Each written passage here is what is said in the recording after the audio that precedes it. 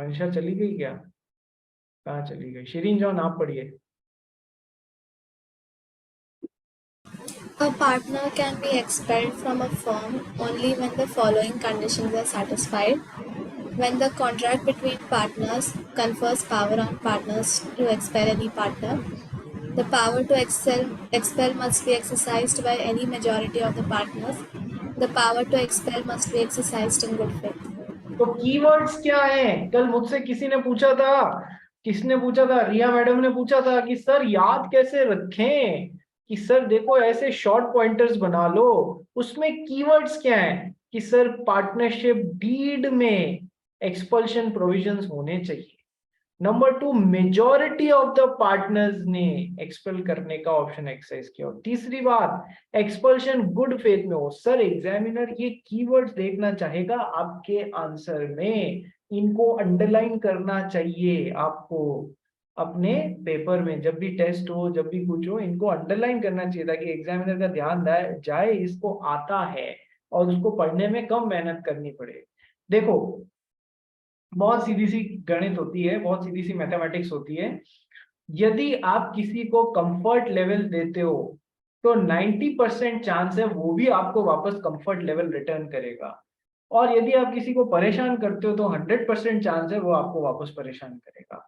यदि आपने एग्जामिनर को, जो आपकी कॉपी चेक कर रहा है, उसको कंफर्ट लेवल दिया तो बहुत अच्छे चांस है वो भी आपको पास करने में कंफर्ट लेवल देवे। कैसे? आप एक अपने कॉपी चेक करने वाले को कंफर्ट कैसे दे सकते हो?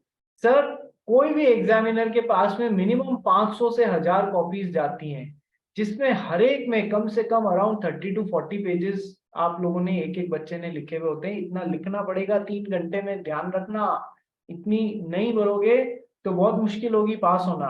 ठीक है, 500 से 1000 कॉपीज आती हैं उसके पास में। दैट मीन्स ये around 30,000 to 40,000 pages to check. Around 20 से 40,000 के बीच में उसके पास में पेजेस होंगे चेक करने को।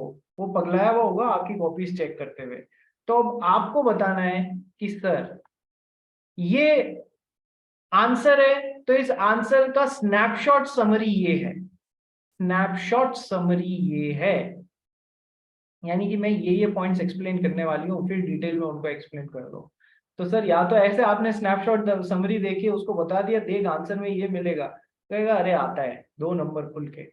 या फिर आपने स्नैपशॉट समरी नहीं रिप्रेजेंट करी, इतना टाइम नहीं है कि अलग अलग से दो दो बार एक ही चीज लिखें, तो सर जहां पर पॉइंटर्स एक्सप्लेन कर रहे हो वहां पर मेन पॉइंट्स को अंडरलाइन कर दो, इन्वर्टेज में डाल दो, इतना तो कर सकते हो ना, ताकि उसका ध्यान पड़ जाए। हाँ सर, आपको उसे कंफर्ट लेवल देना होगा। आपको हर आंसर नए पेज से चालू करना होगा, चाहे वो एक आंसर का सब पार्ट ही क्यों नहीं हो। जैसे क्वेश्चन 1 एग्जाम में एग्जामिनेशन पैटर्न क्या रहता है? Question 1 part A, part B, part C, तीनों 4 नंबर के।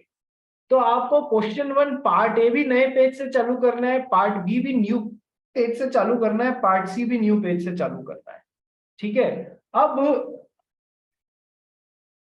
जहां पर आपकी कॉपी, मतलब जहां पर नया आंसर स्टार्ट हो रहा है नए पेज पे, वहां ऊपर एक बॉक्स बना के ऐसे लिख दो आंसर 1 पार्ट बी, और फिर यहां पर अपना आंसर चालू करो। ठीक है, उसको कंटिन्यूएशन में आपको बताना पड़ेगा नया आंसर चालू हो गया है भैया, नहीं तो वो कई बार ऐसा होता है 500 कॉपीज 1000 कॉपीज चेक करने में कब नया आंसर चालू हुआ उसको ध्यान ही नहीं पड़ता है। चौथी बात, पैराग्राफ्स में आंसर देने की बजाय पॉइंटर्स में आंसर दो रे बच्चे, उससे उसको समझ में आएगा। जहां कंपैरेटिव क्वेश्चन आ रहा है, कंपेयर करो दो चीजों का, वहां पर आपको 3 कॉलम टेबुलर फॉर्मेट काम में लेना है कि भैया एक्स और वाई के बीच में कंपेयर करना है, बेसिस ऑफ कंपैरिजन ये है, तो इस तरीके से ये बेसिस, ये डिफरेंस, ये इसका और ये इसका। डोंट यूज पैराग्राफ, एक्स ये बोलता है वाई ये बोलता है।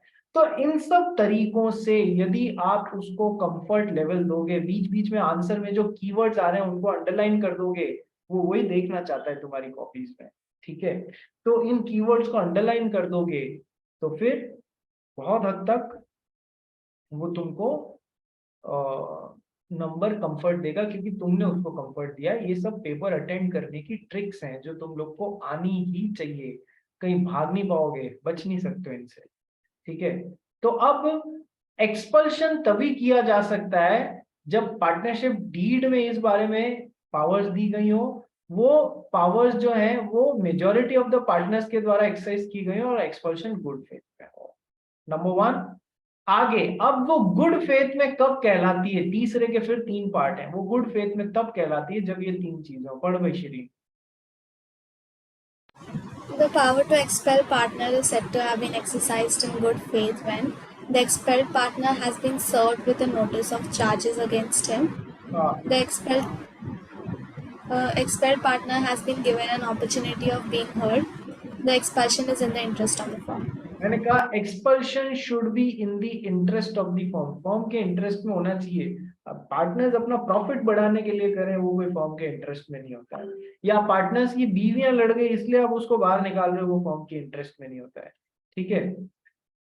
फर्म के इंटरेस्ट में वो एक्सपल्शन होना चाहिए।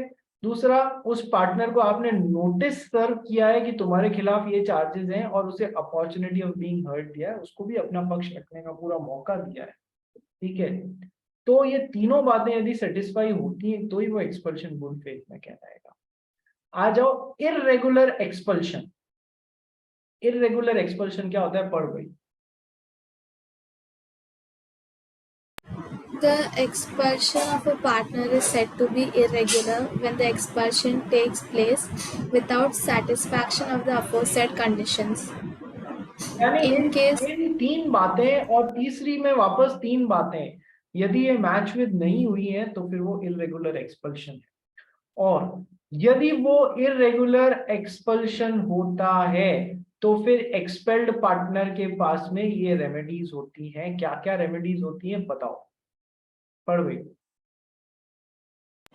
he can claim reinstatement as a partner in the firm. वो फर्म में वापस रीइंस्टेट होने के लिए प्रयास कर सकता है, क्लेम कर सकता है यदि वो एक्सपल्शन इररेगुलर एक्सपल्शन है तो। Number 2, Alternatively, he can claim for refund of his share in the capital. Alternatively वो बोल सकता है देखो विश्वास वाला रिलेशनशिप में इन्होंने विश्वास का कत्ल कर दिया है, वापस जाके कोई मतलब नहीं है, मेरा तो मन फट गया है इस पार्टनरशिप से, मुझे मेरा हिस्सा दे दिया जाए। He can claim for refund of his share in the capital. और third, He can carry on any competing business with that of the firm subject to a contract with the contrary. अरे ये तो एक normally बाहर निकलने वाले partner को भी राइट अवेलेबल रहता है कि वो भी कंपीटिंग बिजनेस कर सकता है फर्म के साथ में यदि कोई अदरवाइज कॉन्ट्रैक्ट नहीं किया हुआ हो तो। ये तो इसको भी मिलेगा, ये भी तो बाहर जा रहा था, तो इसको भी मिलेगा, ठीक है। तो ये हो गया, हमने आज कर लिया एक्सपल्शन। बहुत बहुत इंपॉर्टेंट पॉइंट है, घोट लेना और ऐसा घोट लेना कि एग्जाम में आए तो एक 25 पैसे का नंबर का नुकसान भी नहीं करें अपन इसमें, ठीक है। इस तरीके से इसको ध्यान रखना। कल हम लोग चालू करेंगे, अपन ने देखो एडमिशन कर लिया, रिटायरमेंट कर लिया, एक्सपल्शन कर लिया, transfer of interest upon already कर ही चुके हैं। तो कल में अपन इंसॉल्वेंसी और डेथ वाला ये जो पोर्शन है ना इसको कंप्लीट करने की कोशिश करेंगे, ठीक है भाई। फाइन, कल मिले। और कल से है ना खाना टाइमली खा के बैठना ताकि वीडियोस में अपन एक दूसरे को समझ सकें, समझा सकें, ठीक है।